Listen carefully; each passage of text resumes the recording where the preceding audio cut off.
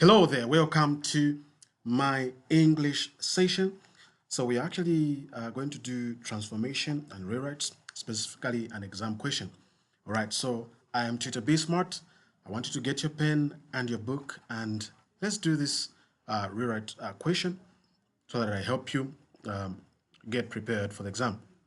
Okay, so let's jump into it. Okay, so this is the question. Let me just zoom it. Let me just zoom it. Let me just zoom it. Okay, so this is question 3 structure of the exam paper. Normally it carries 20 marks. All right, you are taught to answer how many section? You're taught to answer both sections, section 1 and section 2. Section 1 transformation, as you can see, 10 marks. However, we're going to do only one question.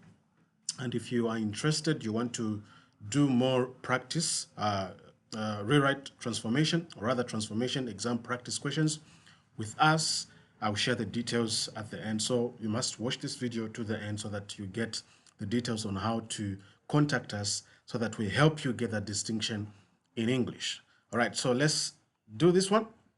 Question 3 structure. All right, section 1, transformation 10 marks. In each of the following items, sentence A is complete, but sentence B is incomplete. Complete sentence B each time, making it as similar as possible in meaning to sentence A. Make sentence B one sentence, never two. So this is key. All right, one sentence, never two. This is where the tricks or the traps comes in when we are dealing with rewrites. You never change anything. You just make it similar as possible. You make part B as similar as possible to part A. So now here we have been given an example. Okay, Rose is beautiful and charming. B, not only is Rose beautiful, comma, she's also charming. You see, even if there are so many words added to part B, it is going back to the meaning of part A. This is how you write transformations or rewrites. Now let's do one question, this one here. Okay, A, as we walked along the road, comma, the head teacher greeted us. Now what is happening here? What is happening? Here's a tricky part. There's a trap we call dangling modifiers, okay, where you have to handle the abilities of using participle phrases here and there. Okay, as you can see here, that we are talking about that we were walking. All right, we are talking about that we were walking. So here we were walking. In A, as we walked along the road, the head teacher greeted us. So what are they talking about? Walking dash. So to preserve the original meaning, that we were walking, the subject of the main clause must be we. This is what we're going to use. We're going to use the subject of the main clause, which must be we. Okay, so the head teacher greeted us. This is the active voice. So now how do you answer this? How do you answer this? Walking along the road, walking along the road, walking along the road, along the road, comma, what happened next? We were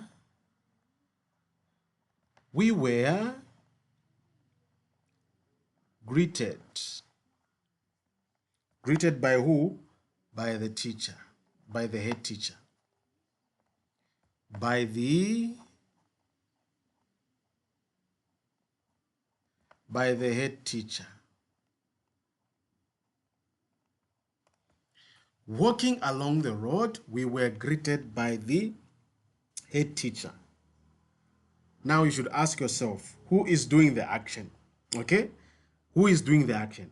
Whenever a transformation begins with a present participle, an ing word, all right, students, you should immediately ask yourself, who is performing that action?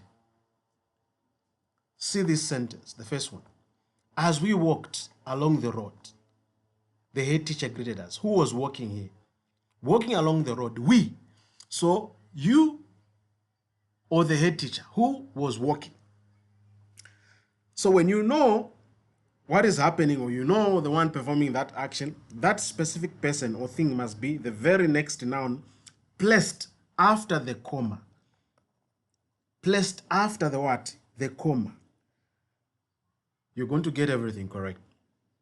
Okay, so this is how you answer this rewrite. As we walked along the road, the head teacher greeted us. B, walking along the road, we were greeted by the head teacher. You see that?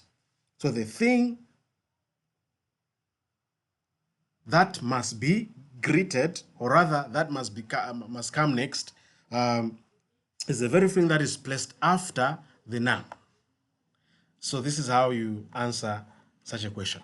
All right, if you want help, or you want us to do more practice or do questions like this, all right, I'm inviting you. Okay, so these are the details here. This is the number. You can text us on WhatsApp, and we'll be glad to respond to you. We're offering all subjects, grades, grade 5 to 12, Form 1. These are online tuitions, okay? And you'll be glad that you did. So we use pre-recorded videos, video lessons. We send them to you, and we check your work. You submit the work. Some videos come with exercises that must be marked. So you need to submit. Okay, so you can see what is happening here. Okay, so make sure that you don't miss this opportunity. Okay, so this was a parent. We actually marked one of the grade 7 student. We gave the exercise from an exam paper. Those questions were coming from 5 to 9. This is why you see 5 to 9, because the questions were selected from 5 to 9. So this is the number. We'll be happy to help you get a distinction in English. All right, thank you so much for watching. This is Tutor Be Smart. It's bye for now.